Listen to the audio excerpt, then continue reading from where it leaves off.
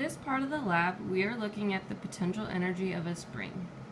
I have the short spring attached to the force probe, and I'm using my iPod as my fixed object.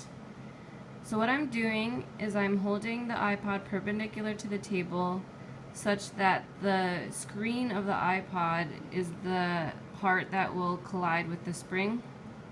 So all we're going to do for this part is take your device, roll it into the iPod, and let it roll back. This is an example of what your data will look like after the device has collided with a fixed object.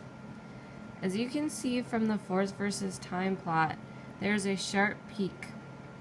This peak occurs when the device actually collides with the fixed object. You could also look at the velocity versus time plot and get a lot of information from this. This area here is the velocity of the device right before the collision.